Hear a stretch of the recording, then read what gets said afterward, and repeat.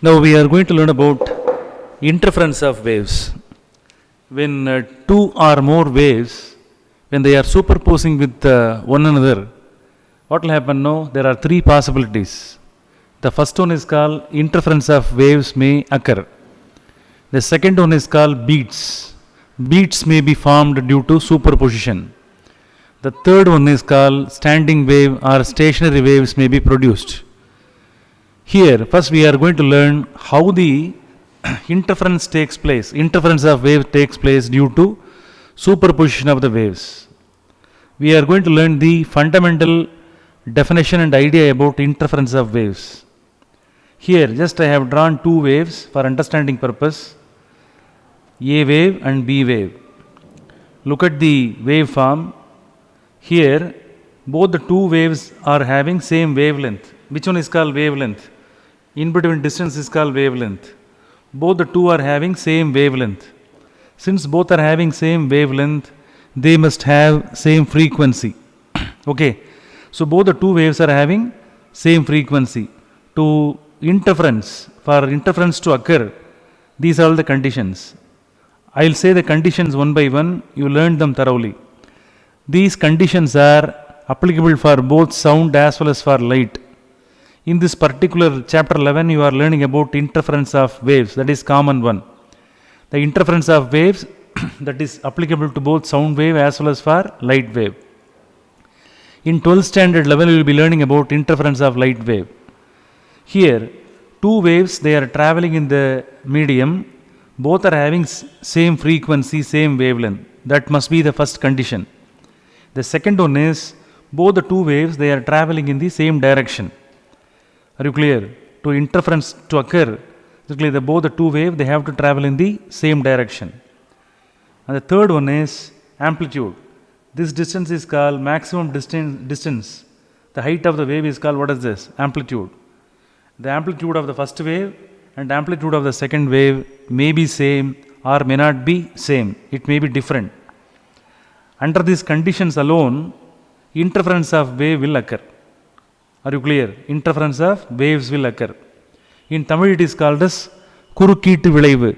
Are you clear? Kurukkeettu vilaivu means when one wave interferes with another wave, clear? What will happen? Some effect can be observed.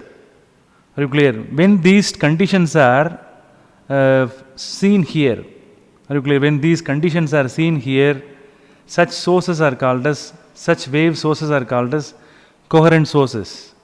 Even in the case of sound, coherent sources are available. Even in the case of light, coherent sources can be produced by artificially. Are you clear? What are coherent sources? If two light waves or sound waves, when they have same frequency and if they travel in the same direction, if their amplitude may or may not be same, are you clear? Such sources of waves are called as, what is this? Coherent sources.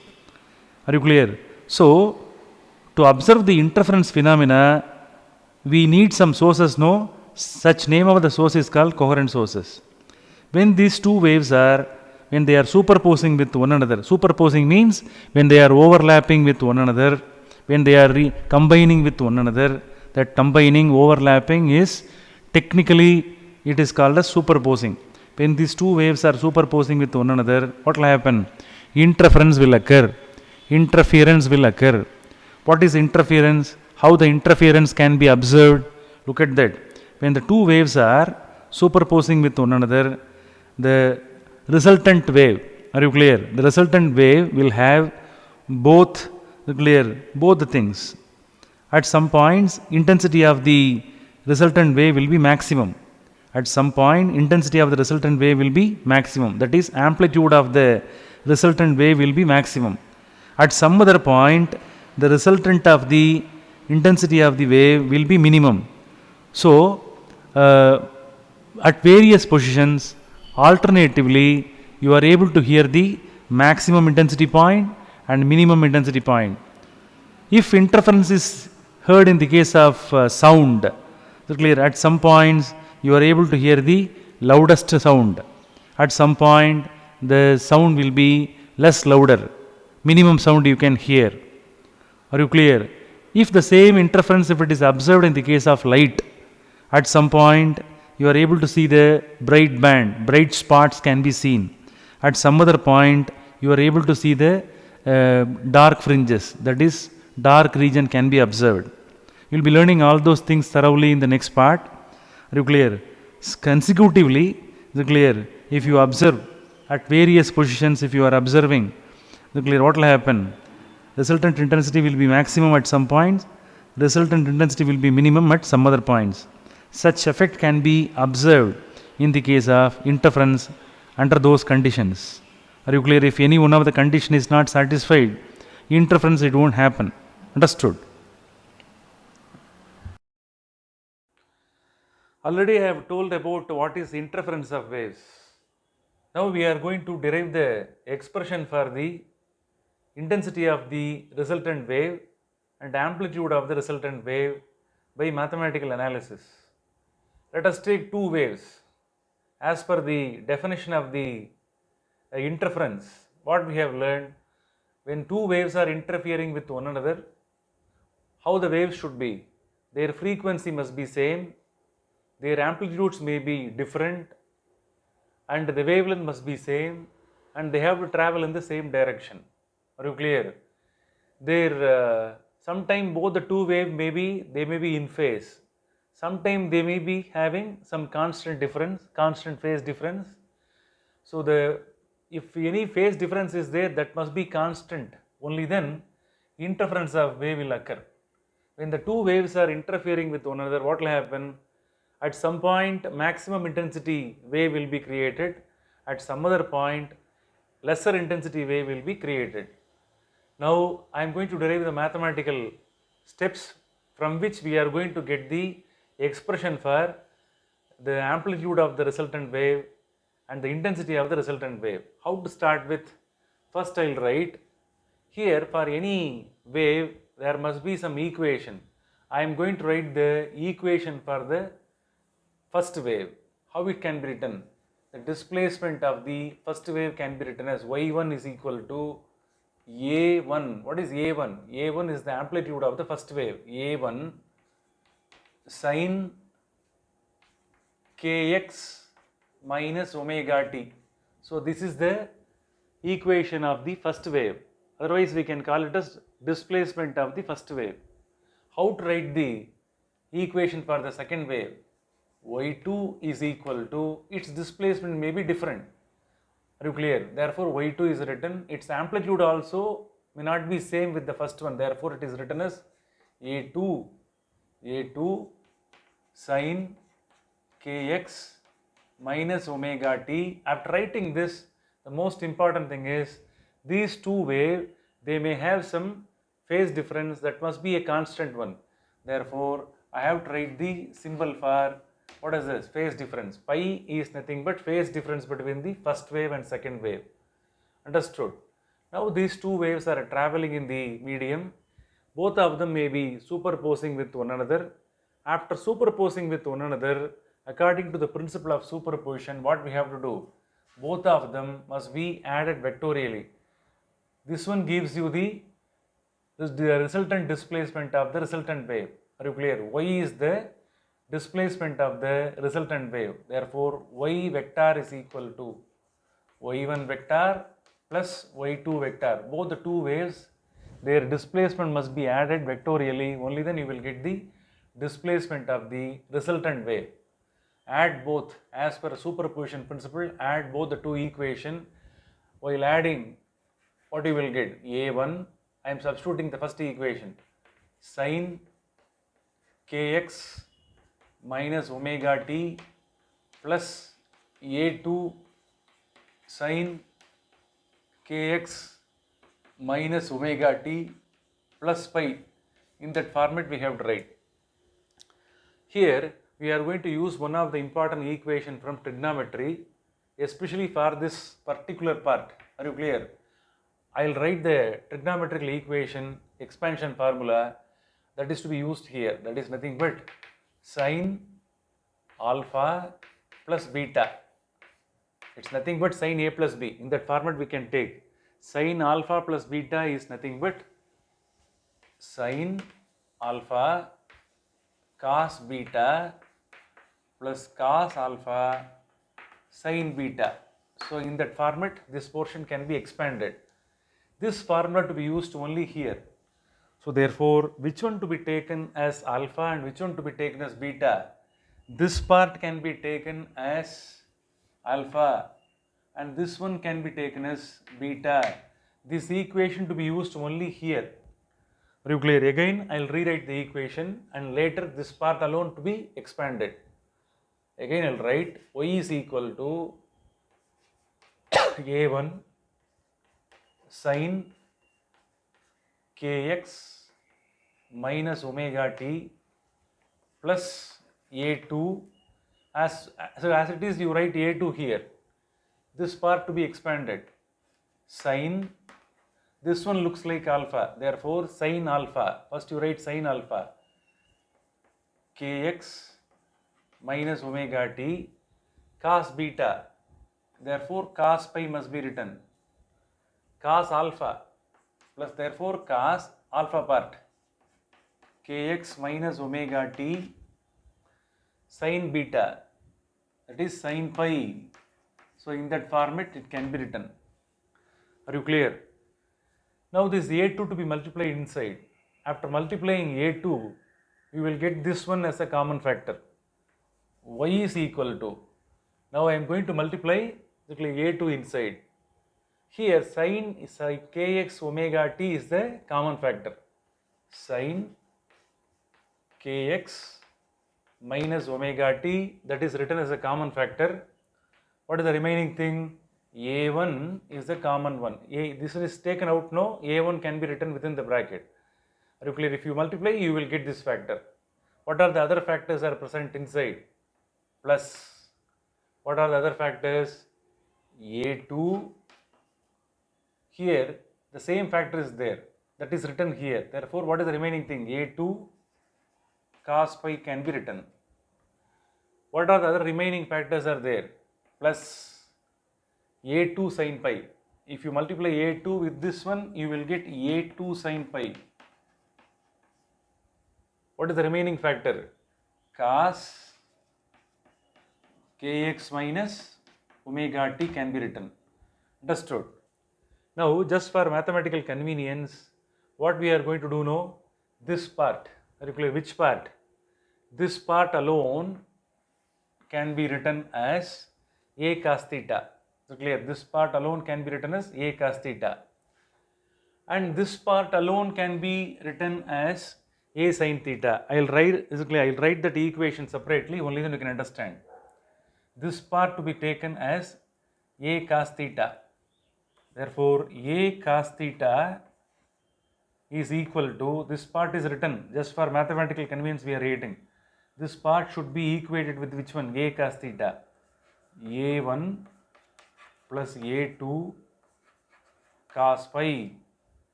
This part can be written separately. How it can be written?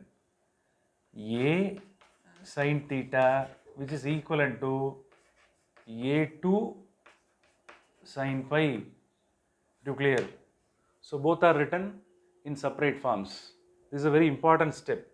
Later we are going to use the same step for further derivations. Now this part and this part both are to be replaced by a cos theta and a sin theta. How to write this? Y is equal to, as usual, is it clear? This one can be multiplied inside. This one is replaced by which one? A cos theta, and this one is replaced by a sin pi. Are you clear? A sin theta. Now, after replacing, how the equation they will become? Y is equal to a sin kx. Are you clear? A, this A, are you clear? This A is written here, A sin, this part is written, minus omega t. This is replaced by A cos theta. That's why this A is written. What is the remaining factor? Cos theta must be written. Cos theta plus this part to be replaced by this one. How will you write? A cos, this part must be written, kx minus omega t. This is to be replaced by which one? A sin theta. Already A is written. What is the remaining thing? Sin theta can be written. Are you clear? Only thing is this part is replaced by A cos theta. This part is replaced by A sin theta. So in that format it is written. Any doubt in this? Now what is the common factor here?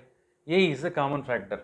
So from this two we can remove A basically from both the two, that can be written outside as a common factor. So what is the remaining thing? A. Here the space is not sufficient. I will go to the next page. Okay.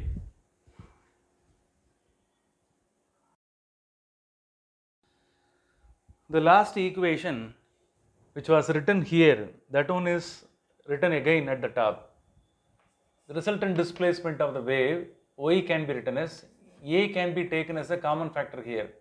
What are the remaining factors? Sin kx omega t cos theta plus A is written outside. What is the remaining thing? Cos kx minus omega t sin theta. So in that format the equation is there. How this equation looks like? This equation, particular equation, this one is looking like sin A plus B. Are you clear? This one can be taken as A and this one can be taken as B. This one can be taken as A and this one can be taken as B. Are you clear? Sin A cos B plus cos A sin B. In that format it can be taken. So finally this part can be written in a simple form. How it can be written? Sin A cos B plus cos A sin B. Therefore sin A plus B. This one is taken as A, this one is taken as B. How it can be written? A is written as it is, A is written sin A plus B. This is A. Therefore kx minus omega t plus which one? Theta. Sin A plus B. Are you clear? This one can be written as sin A plus B, A. In that format it is written. This is the equation. That one gives you, what is this? Resultant displacement. What is this? When two waves are interfering with one another, finally you will be getting a final wave, no? Resultant wave, whose resultant displacement is, that can be written mathematically by using the expression y is equal to A sin kx omega t plus theta. In that format it can be taken. Now we are going to derive the expression for intensity of the resultant wave. Intensity of the resultant wave. How to derive the intensity of the resultant wave? Just for understanding purpose, is clear. I am segregating the portion, only then you can understand. Draw a line here. Now we are going to start a fresh step. There we are going to calculate the intensity of the resultant wave. Already we have learned that A cos theta is equal to A1 plus A2 cos pi. A sin theta was taken as A2 sin pi. Same equation to be taken.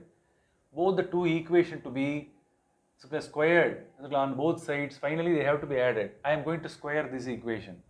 How to square this? A square cos square theta is equal to A1 plus A2 cos pi must be squared. After squaring, what you will get?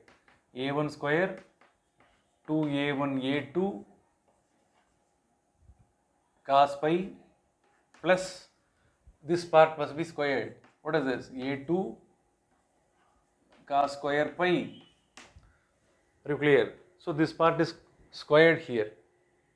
After squaring, this one to be squared.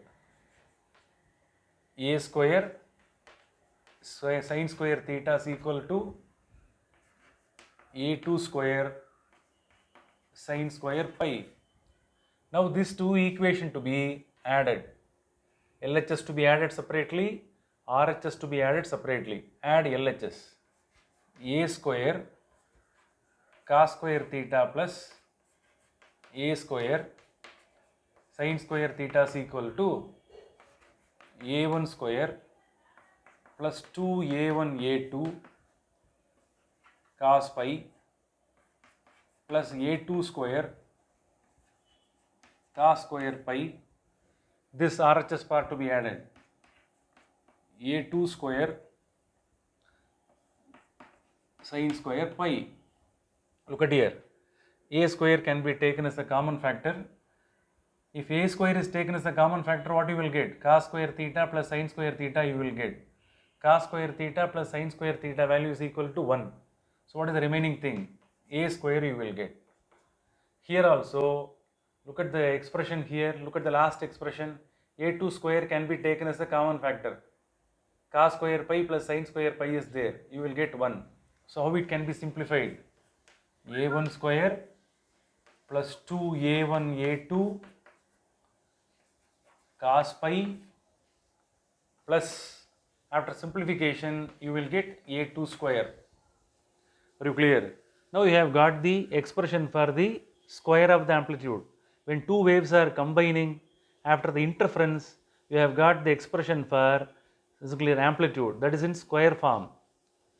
Already I have told in the previous sessions, I have told that intensity that depends on the square of the amplitude. Intensity is directly proportional to square of the amplitude. It can be approximately taken as I is equal to a square. If you calculate the square of the amplitude, that one itself gives the intensity. Now by using this equation, we are able to get the intensity of the resultant wave. So I can be equated with a square. By knowing square of the amplitude, which one can be calculated? The intensity of the resultant wave can be calculated. So this itself gives intensity of the resultant wave. Again, I can rewrite the same equation. But here, I have written certain things. Note down. For the first wave, what is amplitude? A1. If A1 square is taken, you will get the intensity of the first wave. If the second wave is considered, its amplitude is A2. If A2 square is taken, you will get the intensity of the second wave. How to get the A1? If square root is taken, if square root of I1 is, that one gives you A1. Square root of I2, that one gives you A2. So here, look at the equation. These respective things to be substituted here. What is A1 square? That can be written as I1 plus 2. What is A2? Square root of I1. What is A2? Square root of I2 cos phi. Are you clear? Plus, what is A2 square? That is nothing but I2.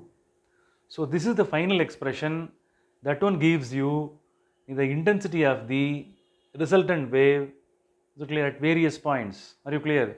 The intensity of the resultant wave, that depends on the phase difference. This is the important factor. Pi is called phase difference. When the two waves are superposing with one another, intensity will be maximum at some points, intensity will be minimum at some points. Whether the intensity is maximum or minimum, that depends on which factor? The phase difference between these two waves. Next, we are going to learn about when the intensity will be maximum, when the intensity of the wave will be, resultant wave will be minimum. We are going to discuss such cases. Now, there are two kinds of interference will takes place. One is called constructive interference and destructive interference. When two waves are superposing with one another, sometime constructive interference will takes place and the intensity of the wave will be maximum. Sometime what will happen? No, when two waves are superposing with each other, destructive interference will takes place. Intensity of the resultant wave will be minimum.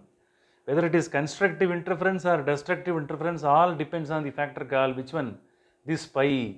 What is this? Phase difference. Let's discuss the constructive interference and destructive interference in the next part. Okay.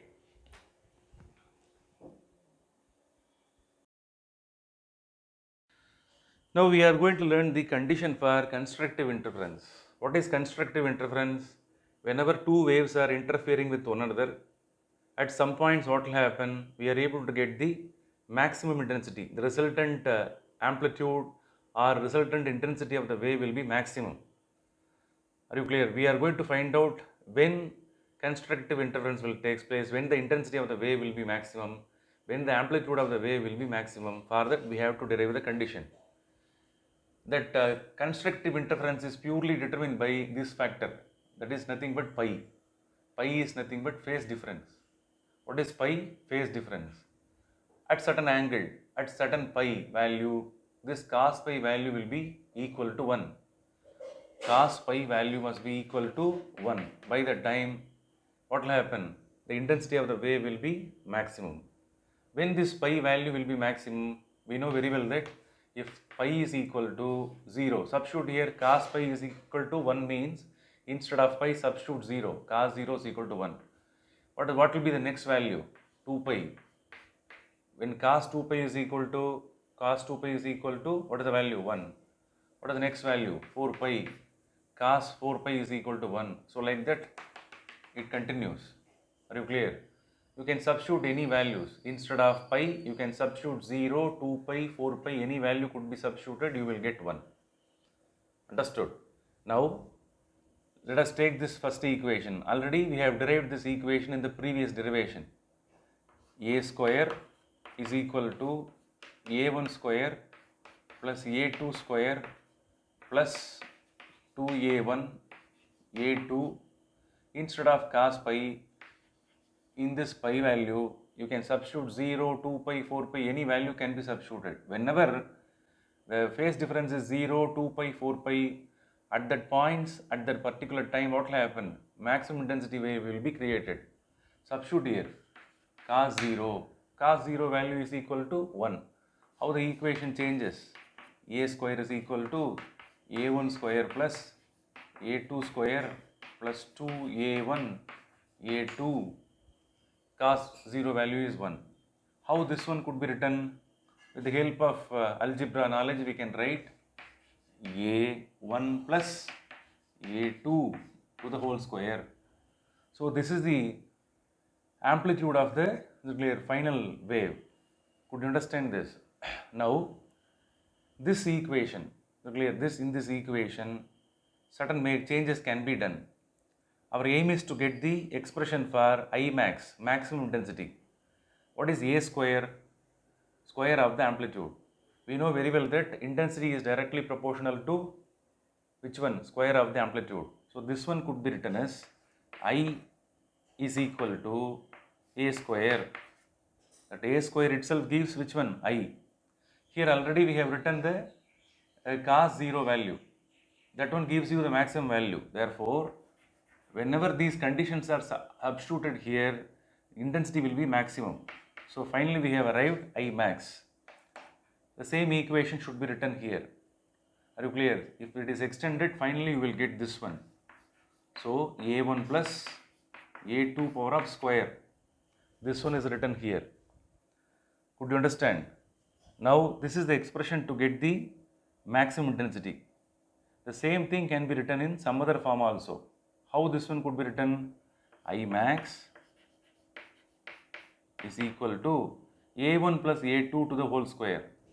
Here already I have written the equation for individual waves. What is a1? a1 is nothing but square root of I1. So here we can write it as square root of I1 plus instead of a2 substitute square root of I2 to the whole square. So I max can be obtained by which one? Amplitude also. The same I max can be obtained by this equation also. So these are all the two equations that gives you the expression for maximum intensity. If you want to calculate amplitude, where from you will get? What we have to do? Let us take this equation. A final amplitude of both the two waves. Are you clear? When two waves are superposing with one another, you will get the resultant wave. No? If you want to calculate the final amplitude, A will be equal to, here it is in the form of A square. A square is equal to A1 plus A2 square is there.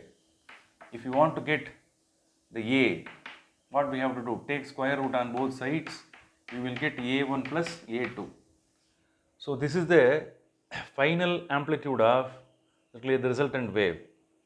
If the amplitude of the first wave and the amplitude of the second wave, if both are added, you will get the resultant amplitude. With the help of this expression, we are able to get the intensity of the which one? Resultant wave. That is especially maximum intensity of the resultant wave. So this one gives you intensity, this one gives you the amplitude.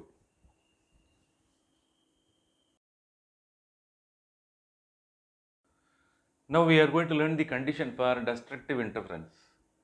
What is the meaning of destructive interference? When two waves, when they are interfering with each other, finally after interference, the resultant wave will have lesser intensity. The amplitude will be lesser. Now we have to find out under which conditions destructive interference will take place. The destructive interference is purely determined by the phase difference factor. So we have to find out when cos pi will be equal to -1. If you substitute certain values, pi value here, you will get -1. When that one will occur? When pi, phase difference is equal to pi. Substitute here, cos pi is equal to -1. What is the next one? If cos 3 pi is substituted as, you will get -1. So we will continue the numbers, series of numbers. Under those conditions, cos pi value will be equal to -1. Substitute here, a square is equal to a1 square plus a2 square plus 2a1 a2 cos. You can substitute any value. Just for sample, I am substituting cos pi. A square is equal to a1 square plus a2 square plus 2a1 a2. This factor becomes -1. The next step we can write it as a1 square plus a2 square. This one is -1, no, so we can write it as 2a1 a2. With the help of algebra knowledge, we can write it as a1 plus a1 minus a2 power of whole square. Are you clear? So this one looks like a minus b whole square, a1 minus a2 power of square. So this is the expression. That one gives you the expression for I minimum. We know very well that intensity is directly proportional to a square. So a square is there. This one could be equated with which one? Intensity. Since the values are in the negative form, that one gives you the expression for which one? Minimum intensity. Therefore, I minimum can be written as, in that format we can write. Any doubt in this? So this is the expression for I minimum. The same thing can be written in other form also. What is A1? Look at the expression. What is the expression for A1? A1 is nothing but square root of I1. So this one can be replaced by square root of I1. What is A2? Square root of I2 to the whole square. So this is the expression for I minimum. Again I will rewrite this.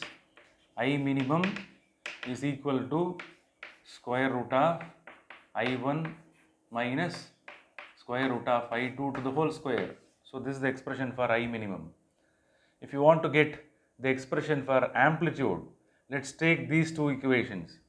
A square is equal to a1 minus a2 to the whole square. If you take a, take square root on both sides, you will get a. Finally, you will get a1 minus a2. So this is the expression for the resultant amplitude of the resultant wave. Are you clear? If the amplitude of the one wave, if it is subtracted from the another one, the difference that gives you the resultant amplitude. This is the expression for minimum intensity. This is the expression for the resultant amplitude. Everything is related with which one? Destructive interference. Understood? So at some points, whenever the conditions are satisfied, at some points, what will happen? Constructive interference takes place, maximum intensity of the wave will be created. Are you clear?